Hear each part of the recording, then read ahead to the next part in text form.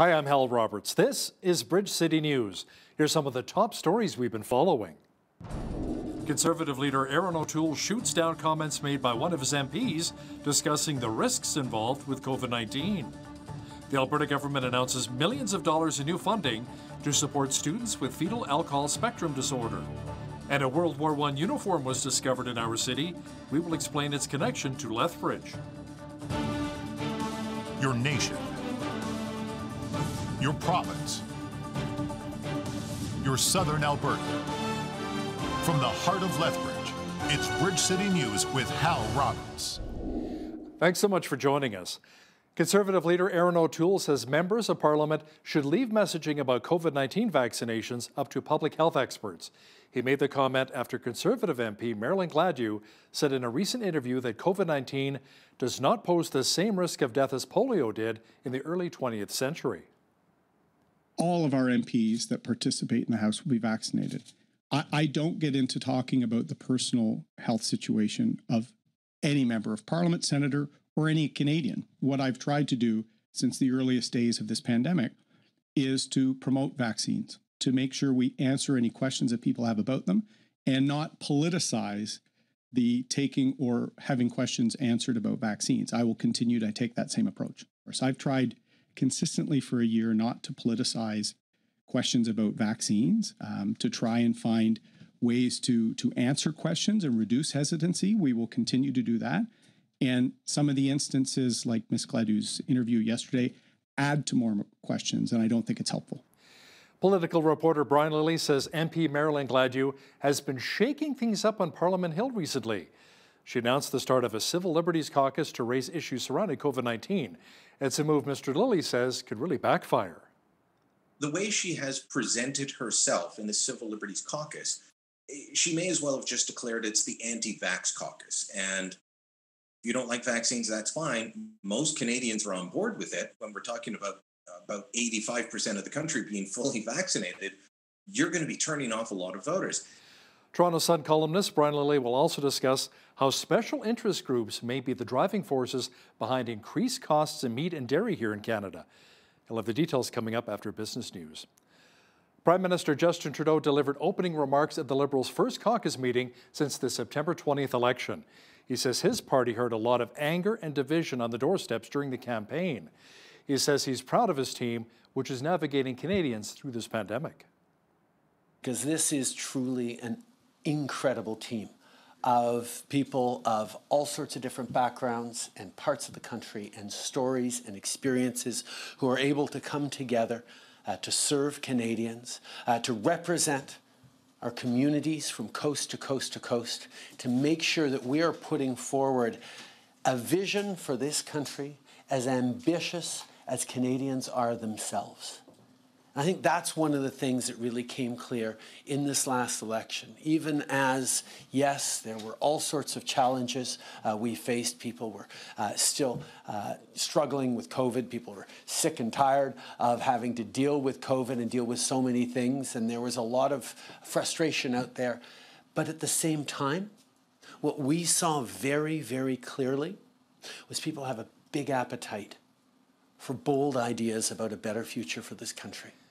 Federal NDP leader Jagmeet Singh shot down the idea of a possible coalition with the Liberals. Singh says there's currently no agreement in place to prop up Justin Trudeau's Liberal Party. There is no agreement of that nature before us.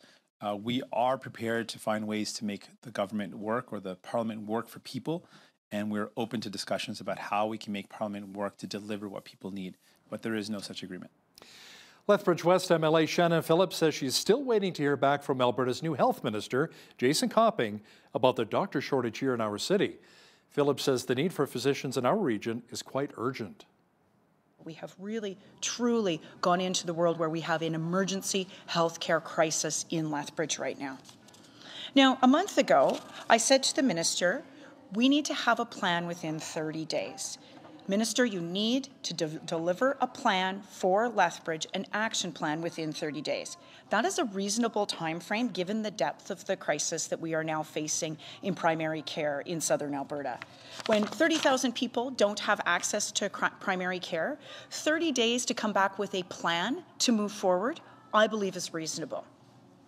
But that has come and gone with no action from this Minister of Health or the UCP. Now, the province did announce it is allocating $1 million per year for the next 5 years to support students with fetal alcohol spectrum disorder. Officials say our province's FASD networks and schools will work collaboratively to deploy new tools across Alberta to help teachers create better learning environments supporting students with FASD. Working with the Alberta FASD networks and Alberta Education, we're giving educators the tools to better support students who need it. The project provides FASD-informed support to students to help them get the most out of their school community.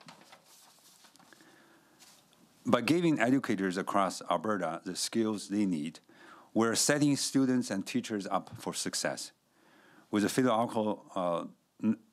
alcohol networks and Alberta Education leading the way, we're providing more inclusive school environment for everyone. Lawan says the biggest difference between this initiative and the one announced in 2019 is that this one is province-wide. The province also announced more funding to support childcare operators. Government officials say on top of the $19 million that has already been distributed, an extra $15 million in unspent bilateral funding will be provided to the childcare sector for COVID-19 relief. The province says more support is needed for childcare staff recovery, retention, and to attract and retain more qualified and certified educators to the sector. The province says these initiatives are part of a childcare support where Alberta receives $290 million in federal funding over a 4-year period. Our province's Chief Medical Officer of Health, Dr. Dean Enshaw, had a reminder for Albertans about the restrictions exemption program and how those who've been vaccinated against COVID-19 need a QR code. I'd like to remind Albertans that beginning Monday, November 15th, Albertans' vaccine record must include the QR code in order to enter any business or venue taking part in the program. This means Alberta vaccination records without a QR code, including paper immunization records received at your vaccination appointment, will no longer be accepted. The exception to this is First Nations and military vaccination records, which will continue to be accepted. Calgary's new mayor, Jyoti Gondek, says she will take her first step toward declaring a climate emergency in the city. A notice of motion, which will be Gondek's first as mayor, is expected to be submitted during an executive committee meeting this week. Vancouver and Halifax are among the other Canadian cities to have taken similar steps. Gondek says Calgary needs to take the action that is expected to attract international investment and talent to the city. Alberta Premier Jason Kenney called Gondek's motion peculiar, suggesting she should focus on bringing more jobs to the city. Well, we had a slightly cooler day here in our city, in the Windy City today. Jeanette Rocher is here with an early look at the forecast. Jeanette, we're well into November. Will we see any more plus double-digit temperatures this week?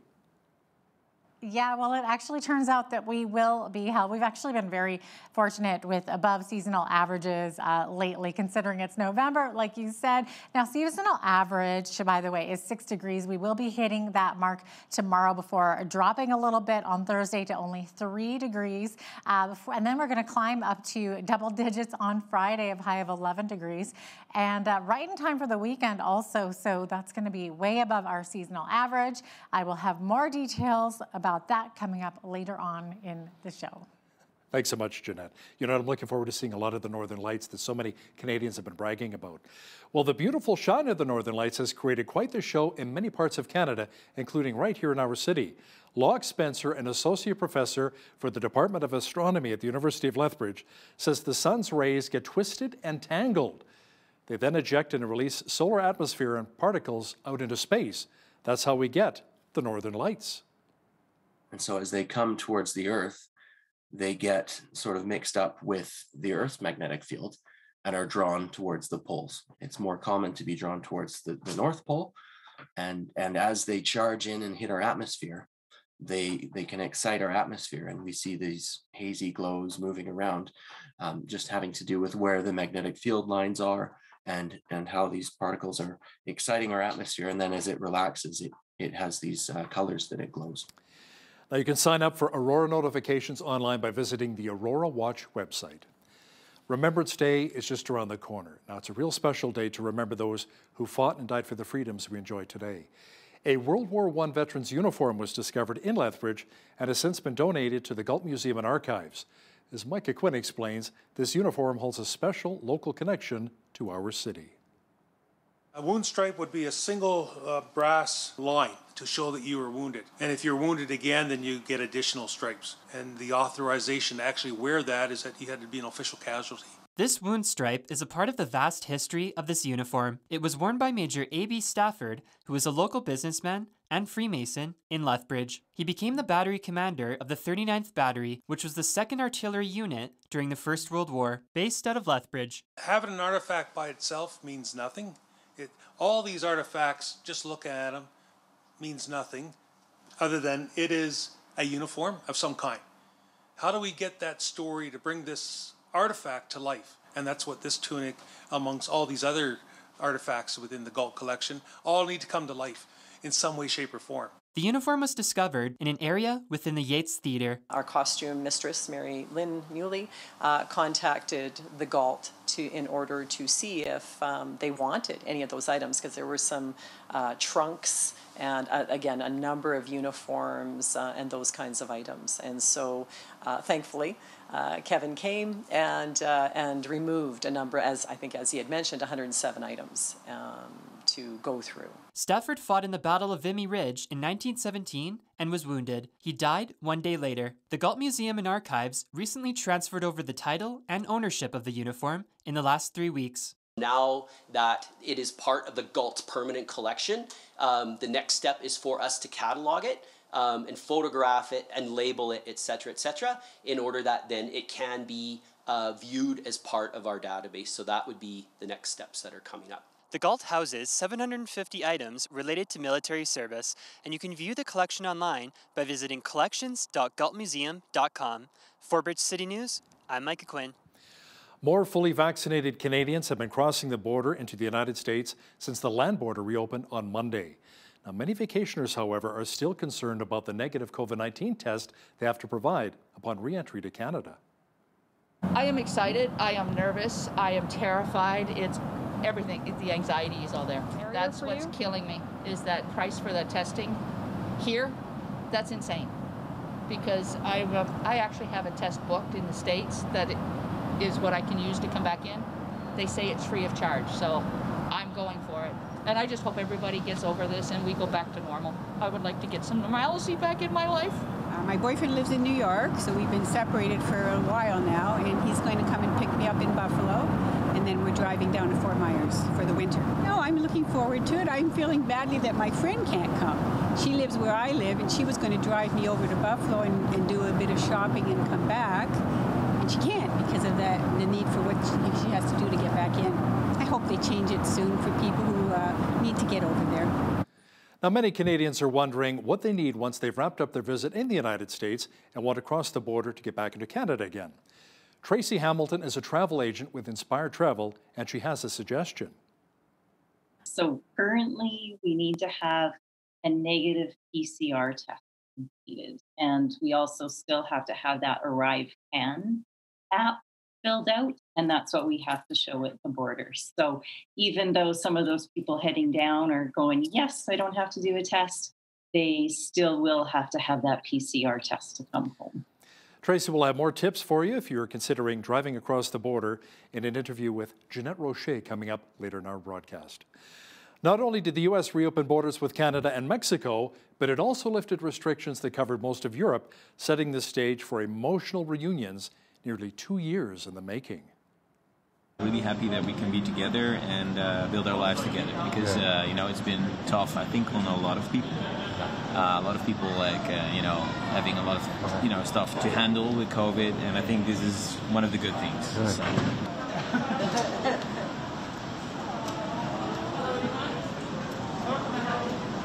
I'm still shaking. I'm very excited that he's here. I'm excited to go on many adventures. There's so much to do to show him. And he's been here once before, but it's going to be very special doing this all together. It's being reported that Franklin Graham, president of the Billy Graham Evangelistic Association and Samaritan's Purse, underwent heart surgery at the Mayo Clinic on Monday. A spokesperson said Graham developed inflammation and hardening of the sac around the heart that compresses the heart and prevents it from working properly. His doctor said Graham should make a full recovery and he should be able to return to normal activity and his ministry schedule. The 69-year-old Graham is the son of the late evangelist Billy Graham, who became president of Samaritan's Purse in 1979 and CEO of the Billy Graham Evangelistic Association in 2000. Two couples in California are suing following a mix-up at a fertility clinic where the parents received another couple's embryo. The couple spent months raising children that were not theirs before swapping the infants. That's according to a lawsuit filed against the clinic in Los Angeles. Alexander and I are devastated. We missed an entire year of our daughter's life. I didn't get to experience being pregnant with her or birthing her. We missed her entire newborn period. We never saw our baby's entrance into the world or cuddled her in her first seconds of life. Our memories of childbirth will always be tainted by the sick reality that our biological child was given to someone else. And the baby that I fought to bring into this world was not mine to keep. There's no way to describe the pain that we've been through. The struggle to guide our older daughter through losing the little sister she fell in love with. When the truth came to light, it made exchanging the children all the more heartbreaking. Losing the birth child that you know for the genetic child that you don't even know yet. It's a truly impossible nightmare that inflicted trauma. Wow, that's incredible. A recent report says over 60% of the entire continent of Africa is under the age of 25, and half of those under the age of 16. Now, in response, as part of Christ for All Nations' Decade of Double Harvest, the ministry launched a campaign to reach 1 million children across Africa with a clear gospel message. We have more now in this report. As part of their Decade of Double Harvest campaign to see 150 million people respond to the gospel, Christ for All Nations has launched a strategy called 1 Million Children for Jesus. CFAN's Evangelism Alliance Director, Makobi Donaldson, explains more about their plans and the remarkable response they've already seen in Tanzania. According to Barna statistics, 9 out of 10 believers accept Jesus as their savior before they turn 18 years old. So we've kind of developed a strategy to really try to go where the young people, the youth, and the children are, even in places like Africa, where they might be hanging around soccer fields, marketplaces, and these kind of things. And we really target them and we preach the gospel to them specifically. And it's going extremely well so far. We sent a team of about 9 boot camp graduates this summer, and over a course of it's about 6 weeks, I believe, they saw over 300,000 youth and children give their life to Jesus. And to enable them to reach more children, CFAN is busy translating their What's Next children's books into every language they're planning their evangelistic campaigns across Africa. Peter Wooding for the Global News Alliance. That's so great to see. It was on this day that Germans dance atop of the Berlin Wall as communism crumbles in Eastern Europe. A massive blackout hits the northeast, and actor Art Carney from The Honeymooners dies. This is Today in History for November the 9th.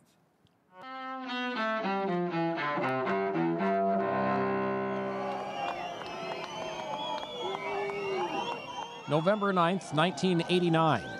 A sign that the end of the Cold War is near as joyous Germans dance atop the Berlin Wall.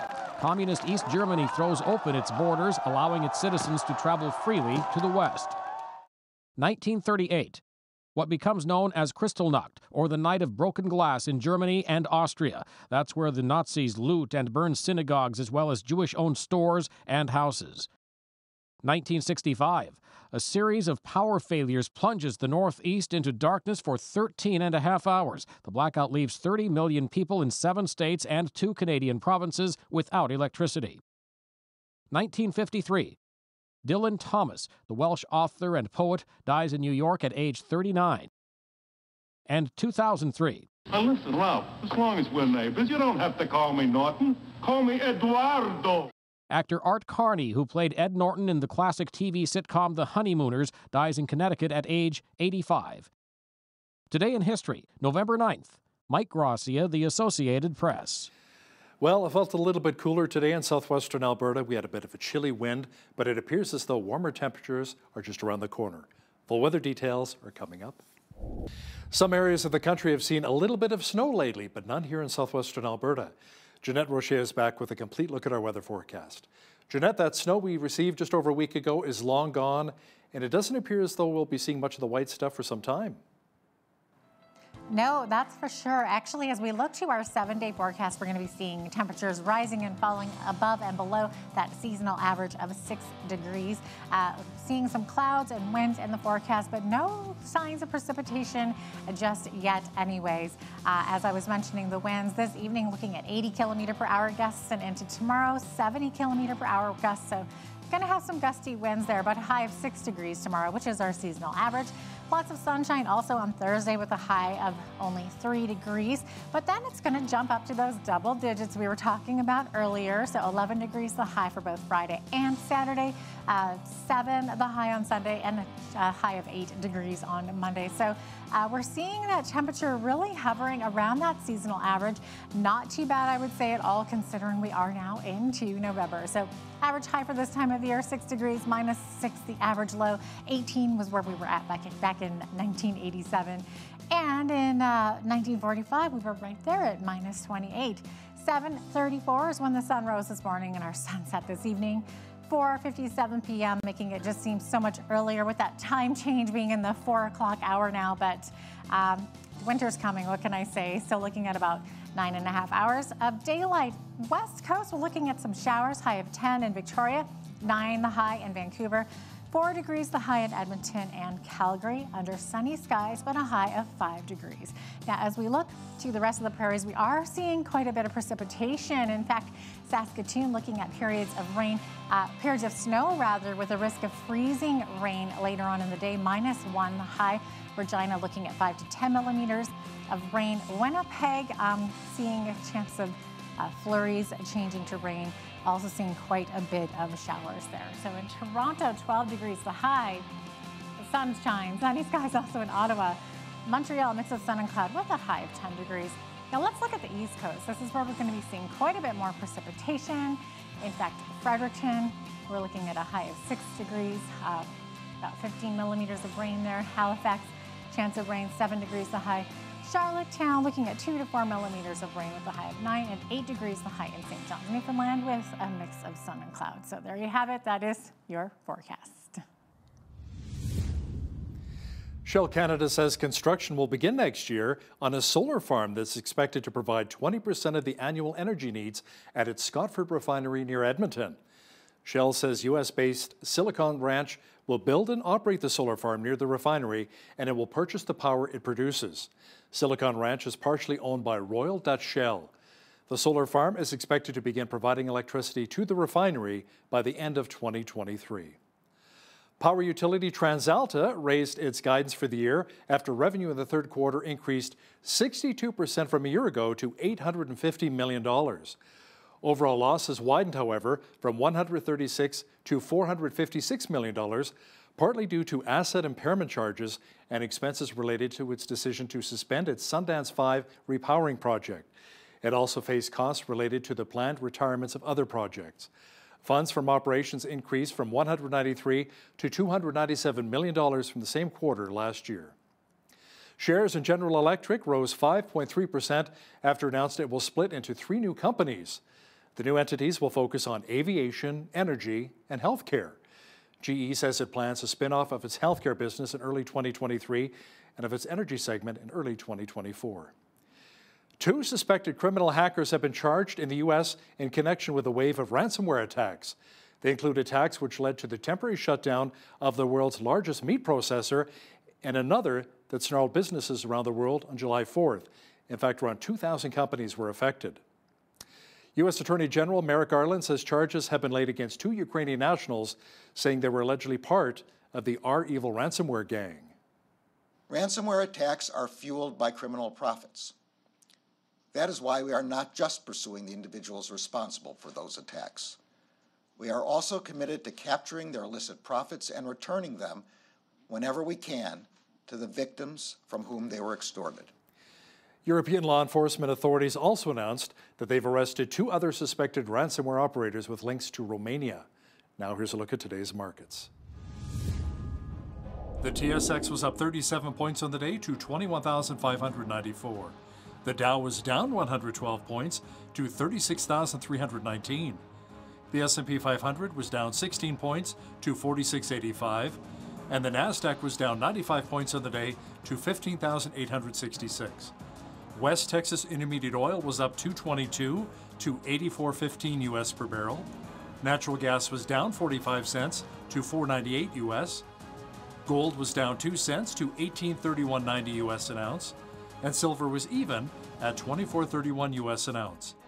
Wheat is at $11.92 per bushel, barley's at $9.47, canola's at $22.36, and corn is at $9.95 per bushel. Live cattle were up 10 cents to $132.20, feeder cattle were down 68 cents to $157.90, and lean hogs were down $1.43 to $74.95. The Canadian dollar was down slightly over the past 24 hours to 80.40 US.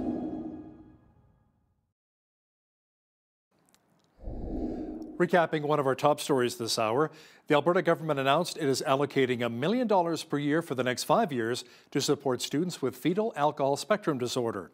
Officials say our province's FASD networks and schools will work collaboratively to deploy new tools across Alberta to help teachers create better learning environments supporting students with FASD. There appears to be a little bit of internal strife within the Conservative Party of Canada. Political reporter Brian Lilly will have details as to some of the challenges party leader Erin O'Toole is facing shortly. Is Prime Minister Justin Trudeau looking into forming a coalition with NDP leader Jagmeet Singh? There's a lot of speculation on that front, and it's an idea that Conservative leader Erin O'Toole says we cannot afford. To discuss this in more detail is political reporter Brian Lilly, joining us once again from Toronto. Brian, many Canadians feel like our PM and Jagmeet Singh have already formed an alliance. Kind of feels that way. It's difficult to tell them apart sometimes. You know, liberals used to say, well, New Democrats are just liberals in a hurry. And now with Justin Trudeau and his very ideological government, it's, no, they're leaving the NDP behind. They want to sprint past them in moving towards their utopian socialist vision. So it's tough to say. But there have been some discussions. How far will they go? How deep will this be? We don't really know. According to some, there's nothing to worry about. According to others, yeah, they held talks, but it didn't go too far. But they haven't stopped talking, so we'll see. But Erin O'Toole, the Conservative leader, is absolutely right. He came out in a news conference Monday saying, we can't afford this. This is a danger to Canada. Because if you remember the NDP spending plan, and they would have to do some of the NDP spending to keep them on board, to keep the Liberals in power for a long time. The NDP spending plan was something like $200 billion of new spending. It was far and away larger than any other party and, quite frankly, detached from reality. So if you thought the government was spending a lot now, just wait until you see if this coalition does come to fruition. You know, Brian, it's no secret, speaking of spending, that the cost of living has been going up quite a bit over the past couple of years. Housing, groceries, gas. We've talked about inflation, which is now at around 4.5%. Groceries, yeah, they've skyrocketed. And you say they could go even higher, especially when it comes to our meat and dairy industries? Well, we're already seeing double-digit increases when it comes to meat. We've seen that for the past couple of months with the Consumer Price Index, the inflation report from Stats Canada. Now, the Canadian Dairy Commission has given a raise of, I believe it's 8.4% to Canada's dairy farmers. So the cost of dairy is going to go up in terms of anything made with milk. So we're talking the milk you and your kids drink, the cream you put in your coffee, the cheese that you have on your pizza, or, just on a sandwich or whatever at home. All of that's going to go up. Now, at the same time, we saw the Prime Minister and his large delegation from my understanding, Canada had the largest delegation at the UN Climate Change Conference in Glasgow, and their big push there was to reduce methane emissions. Now, the Prime Minister, as he often does, targeted Alberta with that, saying 75% reduction of methane emissions from the oil and gas industry. But they're also, Hal, talking about going after the cows, the pigs, the sheep, the goats, anything that puts out methane in food production. They want us to lower it. I wrote about this last week. I got a lot of reaction from it. And then, as if on cue, this big piece in the Toronto Star, that bastion of liberalism, saying, well, we have to get rid of the dairy industry if we're going to meet our climate change targets. So, yes, these things are going to go up in price due to inflation, due to the Dairy Commission, but also environmentalists want to make it harder for you to get, more expensive for you to consume, so that you consume less of it. They want fewer cows to save the planet. I don't know who we're saving the planet for if we need to have fewer people and fewer animals on it and just vegetation everywhere. And Brian, the Bank of Canada said higher inflation rates would be temporary, but now, that's what they said originally, but now they have warnings that the high inflation could continue for a little while longer. Well, I guess it depends on your definition of temporary. The economic term is transitory. And when the last inflation report came out, the Bank of Montreal said this is straining the definition of transitory because it's been going on so long. And now they're talking into the next year. Are we going to see a rate hike as well that will push up the cost of your mortgage, credit cards, all of that? That could absolutely happen. And especially if you're on a variable rate mortgage, that's something that you're going to have to be considering. So all of these things coming into play as the bank tries to tell us that it's nothing to worry about. And yet, what are we concerned about? What are Canadians, what's one of their top priorities right now? And that is the cost of living going up, something that was a big issue in the election and continues to be. And they're saying this will continue into next year, if not 2023. Brian, the federal Conservatives unveiled their shadow cabinet on Tuesday. Pierre Poilievre is back in at Finance, and Calgary's Michelle Rempel-Garner will be the critic for natural resources. What do you really read into this? Well, I read into it a bit of a more aggressive stance. Rempel-Garner definitely can be aggressive on any file she's on. She was the health critic in the last parliament, and now she's been put into natural resources at a time when Justin Trudeau's most ideological minister, Stephen Guilbeault, has been put in charge of the environment, and John Wilkinson, another hardcore environmentalist, put in charge of natural resources. So these two men have essentially been told to go shut down Canada's oil and gas industry in any way that you can. She's going to be the pit bull staring them down and trying to protect Alberta, Saskatchewan, to a lesser degree Newfoundland and Labrador, and the oil and gas production that we have in this country. Pierre Poilievre had been the finance critic. He was incredibly popular in that role. Some felt perhaps too popular, overshadowing the leader. So he was taken out and put into a jobs portfolio before the last election after O'Toole won.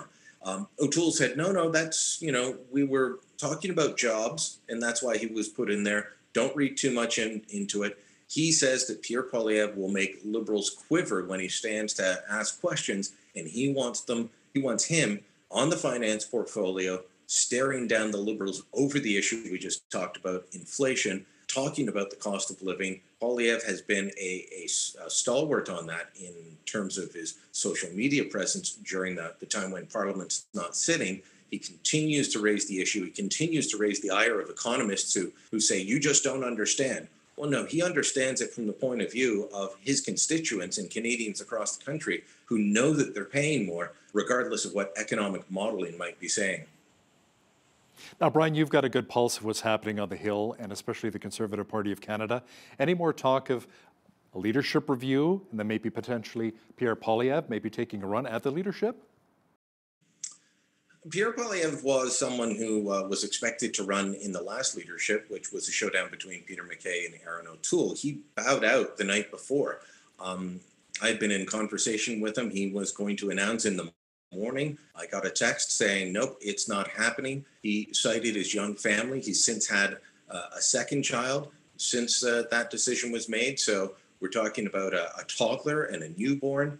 I don't think that this is the time for Pierre Poilievre. I don't think he wants it. And there's no official leadership review at the moment for the Conservative Party.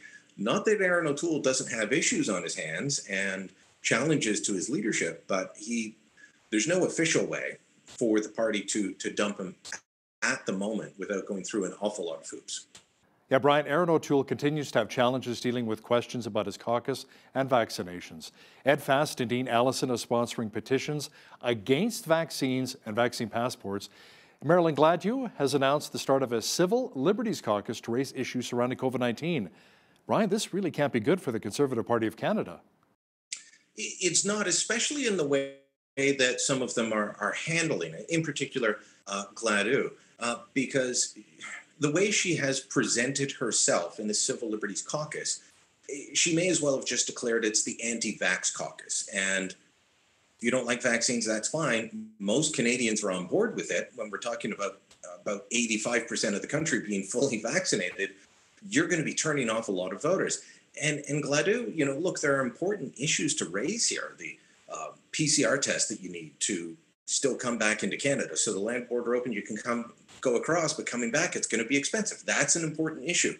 People losing their jobs over vaccine mandates, important civil liberties issues. But in this climate where public sentiment doesn't matter, how much you think, well, this is the right way to do it. If you're not bringing the audience with you, if you're not bringing the public with you, then you're just turning the public off. And in politics, if you're explaining, you're losing. Right now, Aaron O'Toole is having to explain an awful lot about what his MPs are doing, what they believe, whether they're vaccinated, are they anti-vaxxers, are they anti-science? Some of them are appearing that way. And all that does is give Justin Trudeau another opportunity to pick up the COVID vaccine stick and beat the Conservatives with it. And that's what he did last week. O'Toole's out there trying to raise serious issues about this coalition, about inflation, and he's getting questions, understandably so, about his MPs, including Gladue, who says, COVID is not a big risk like polio. That's a head scratcher that is going to leave an awful lot of members of the public saying, are these guys serious? She's not handling it well. Some of the others aren't handling it well. That only hurts the party and it hurts O'Toole. So when people talk about this being a separate caucus, does that mean there may be splitting away from the party? How does it really work? Not yet, although that could happen. We'll see how things go. If there's enough unhappiness on either side, you could end up with a different party. But look, a caucus is just an informal grouping of politicians, and there are all kinds of caucuses within the parliamentary system. You've got the party caucuses, right? We all know that the Liberal Party caucus met for the first time this week. The Conservatives have one, the NDP, and then you've got regional ones based on geography. Toronto has its own caucus. Ontario, Alberta has a caucus, and members from sometimes across party lines will meet to discuss issues. There's a Great Lakes caucus. There's a Canada-U.S. Friendship Caucus, things like that. The Parliamentary Pro-Life Caucus is another example. So this one is not meant to say, oh, we're going to break away and form our own party. But depending on how this goes down, I could see that happening if enough of them, and we've heard that some MPs are just going to show up and push their way in, even if they're not vaccinated. O'Toole said don't do that. Those sorts of things start happening, you may have a breakaway or splinter group out there. So, Brian, how about the potential of maybe joining Maxime Bernier in the PPC? That's a surefire way to end up on the unemployment line. If you look at Maxime Bernier, I mean, he had a seat in the House of Commons. He's since lost it twice in the Beauce and also lost some by-elections, including here in Toronto. I don't see that being a viable option for them. Could they break away and sit as independents? Perhaps. But moving over to the PPC brand with Bernier, if they were going to do it, they should have done it a couple of years ago. Now, another internal issue for the Tories is that the party sent a letter to National Councillor Bert Chen asking for phone, text, and email records of his attempt to oust the leader. Tell me more about that. Well, you might remember Bert Chen. He was the guy who came out right after the election. He called me the morning after. I was the first person to write about Bert Chen being a national councillor on the Conservative Party Board of Advisors, essentially. He called me the morning after the election saying O'Toole has to go. And, okay, this wasn't, I said, are we on the record? He said, yes. This is not somebody I'd ever dealt with before, cold calling me out of the blue. So Bert Chen then went on to start a petition calling for the leader to go. And he was suspended by National Council. So it's not a legal demand. It definitely looks like one. It comes from a lawyer by the name of Arthur Hamilton, who's represented the party off and on over the years. And he sent the letter asking for, show us what you've got. If you want us to trust you, is the gist of the letter. You want us to trust you, tell us who you were talking to. Because there is a feeling among some national councillors that they can't trust Bert Chen. They can't be open and have full discussions with this man at this time because they feel he's trying to undermine the party. Others are going to rally to Chen and say, no, wait a minute, you can't go around demanding that somebody turn over their personal communications. You have no right to it. The letter doesn't make a legal demand, but it does ask for this. It's just all around a bad look at this point where O'Toole's having other challenges while trying to raise real issues. It takes the focus off of what it should be, which is Justin Trudeau. We had an election, Hal, because it was the most serious time. It's the most serious election, most important election since the Second World War. Parliament's still not back. The government's still not acting on very real issues that matter to Canadians. We should be talking about that. Parliament should be back. Those should be the questions being asked, not the internal workings of the Conservative Party, which unfortunately is where we're at. Many Canadians were happy to see the land border with the United States finally reopen. Here in southwestern Alberta, the Coots border crossing, hundreds upon hundreds of vehicles, were lined up for about 7 to 10 kilometers. But what about that PCR test when folks re-enter Canada? Let's talk a bit about that. Well, let's hope, and we mentioned that just a moment ago, let's hope that gets pulled away shortly, because that's something that people have said is going to be an impediment for crossing.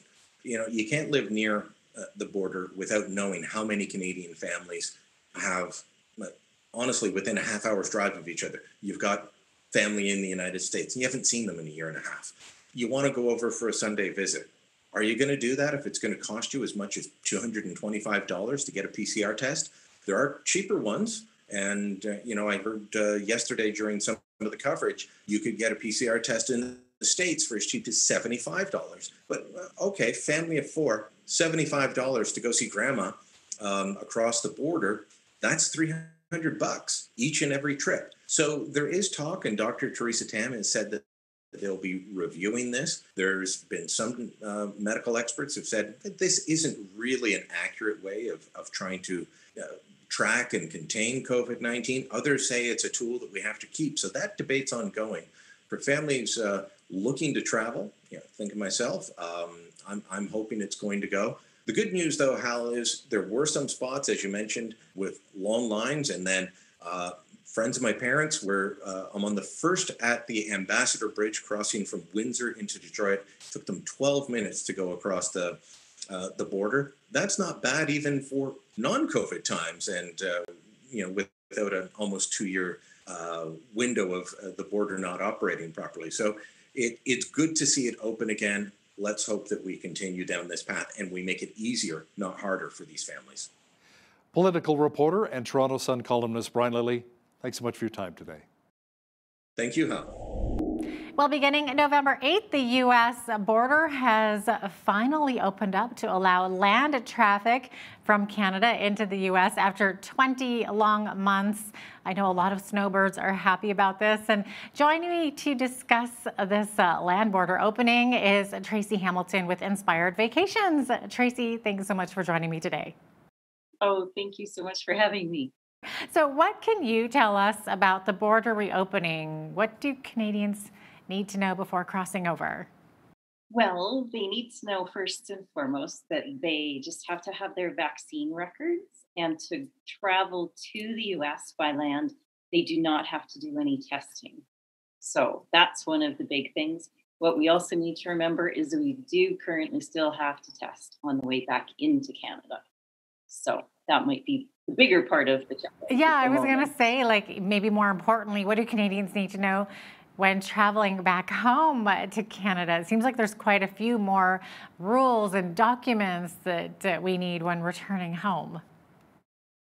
Absolutely. So currently we need to have a negative PCR test completed. And we also still have to have that Arrive Can app filled out, and that's what we have to show at the border. So even though some of those people heading down are going, yes, I don't have to do a test, they still will have to have that PCR test to come home. Yeah, and those can sometimes get pretty pricey, can't they?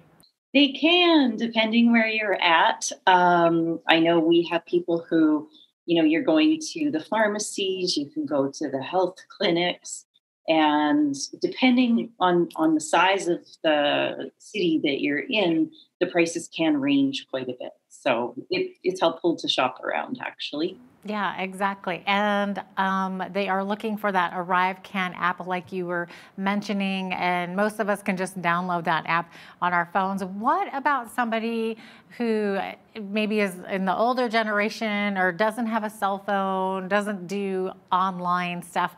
What can they do? Currently, and have paper copies of everything. I haven't had anybody, obviously, at the land borders, but I assume that they would have sort of arrangements. Any of our clients that we've had traveling and are kind of technically challenged, no matter what the age, right? Some people have different levels of comfort. We help them get all of those things set up. So yeah, lots of times, and if it is someone older, they've got a younger person in their life who might be able to help them with that app and getting things downloaded, but have everything printed as well. Okay, so what is that ArriveCan app? What types of information is it looking for from our Canadian travelers? What it requires is you need to put in your passport. So it has that. You need to, again, for air, you put in your flight numbers, where you're flying into, that sort of thing. You need to also put in your vaccine records, and then, of course, the negative test results. Okay. Those are the big pieces in the. Yeah, and I think you have to have a quarantine plan as well, just in case you are made to quarantine. So, I think some people are randomly still getting picked to do a COVID test at the border or at the airport as well. And one thing you'd mentioned is having that negative PCR test, but what happens if somebody's down there for the weekend or the week or however long, and they get that test 72 hours prior to coming back and they test positive? I think some Canadians are worried about that. They're worried about being stuck down there. Is this the case, Tracy, or is that a misconception? Again, it kind of depends. So if they're flying, they won't be able to board a plane.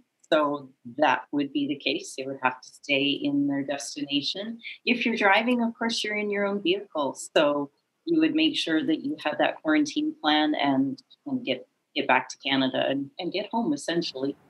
Yeah, basically, exactly. Now, what makes a good quarantine plan? What are they looking for? A good quarantine plan is making sure that you have someone or some method of getting groceries brought in, that you're in a home or location, I guess, where you're not mingling with others, and just essentially that you can look after your daily needs without having to go out into public. Okay, yeah, that's very good advice there. What are you hearing, though? Are they still giving out fines if people don't have a negative COVID test, or if they show up without a test, or if they don't quarantine, or is that something of the past? What are you hearing? I haven't actually heard a lot about that lately. We have had people traveling, and we haven't had anyone who has run into the situation where they were positive, either in destination or when they did arrive. Everybody who, kind of had those things going on, or the quarantines, those were before. Now with the testing, it's such a minute amount of people, and the vaccines, and the fact that this month is the last month for anybody flying who to be traveling without being fully vaccinated. So those people are having to test now. Yeah, and what about quarantine hotels? Is that also something of the past? Mostly, yes. Yeah, I mean, it's wonderful. We seem to be on an uphill trend for travel and just the ease of doing it. So I haven't had anyone have to do a hotel quarantine either. We do have some properties, like in our beachy locations, that actually have spaces put aside should someone have that happen to them. So tourism is an important industry for so many countries, and they're doing everything they can to make it easier for us. Absolutely. Well, that's good to know. Maybe something else that many people aren't aware of too is that if you've had COVID in the last 3 months or so, you can actually travel without a negative PCR test, mostly because after COVID, you'll continue to test positive for several months. So do you know anything about this, Tracy?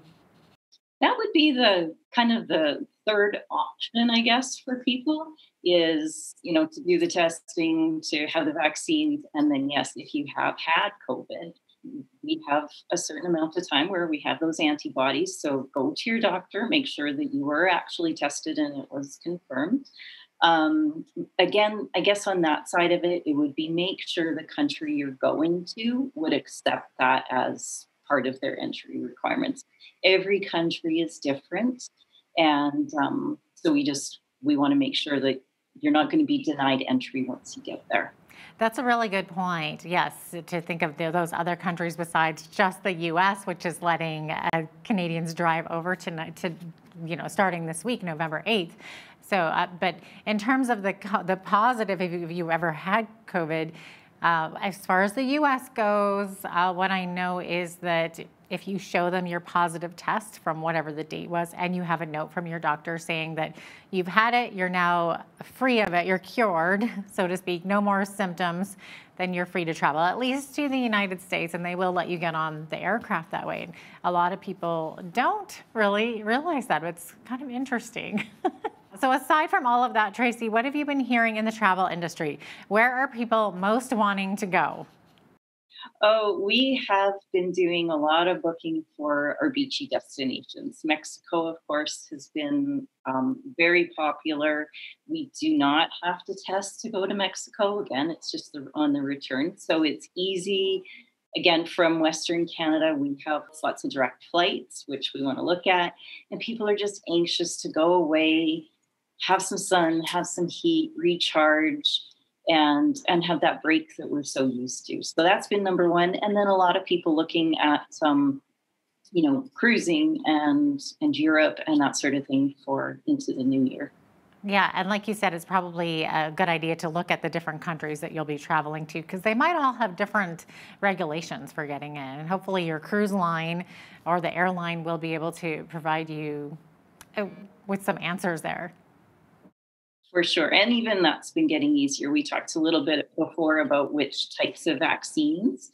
And when cruising, for instance, first started back up, they were really very strict on which ones and the mixes and that sort of thing. And a lot of those are sort of becoming a lot less restrictive. So like you said, we're seeing lots of positive trends. Yeah, for sure. Now, you mentioned you don't need a test to go to Mexico. Do you need vaccine records to get into Mexico? Well, you don't. But again, if you're flying, we have to have the vaccines. So essentially, that's on the Canadian side of it. If you're driving, I guess you could go in without. Okay, good to know. Although the U.S., you'd have to drive into the U.S., you do need vaccine records. Do you know what kind of vaccines the U.S. is accepting for Canadians driving over this week? Anything that we have had, so the Moderna, the Pfizer, they weren't big on AstraZeneca, but I know people who've had AstraZeneca and had no problems at all. And then, of course, the Johnson & Johnson. So any of the ones that they are approved or have approved in the U.S., we're using them. So we're good on that side too. Okay, that's really, really good to know, and it should put some people's minds at ease. Now, on the flip side, Tracy, the Canadian border has been open now to Americans and people from other countries for a while now, since September, I believe, if they're fully vaccinated. So where are these foreign travelers going within Canada? What are they wanting to see while here? Oh, goodness. I guess on that side of it, we don't do a lot of booking for people coming into the country, but, I think what they're probably looking for is going forward for the winter. It'll be our ski destinations, always our mountains. I know Vancouver Island has been very busy. And then, of course, out east, we would have just kind of finished up that beautiful fall colors out in the Maritimes, and always Ontario and Quebec have their draws as well. So some of those sorts of areas. Tracy, how much of this tourism from foreign travelers helps out the Canadian economy? Yeah, absolutely. I mean, our restaurants, our hotels, any hospitality, tourism, transportation, any of those things. Canada obviously has different industries, but tourism is still an important part of it. So it's great to be seeing, those industries coming back as well. That's awesome. Tracy Hamilton from Inspired Vacations, thank you so much for sharing all of your knowledge with us today and for being with us on our show. Appreciate having you on. Thanks for having me. I'm Jeanette Roche on behalf of all of us here at Bridge City News. Thanks for watching.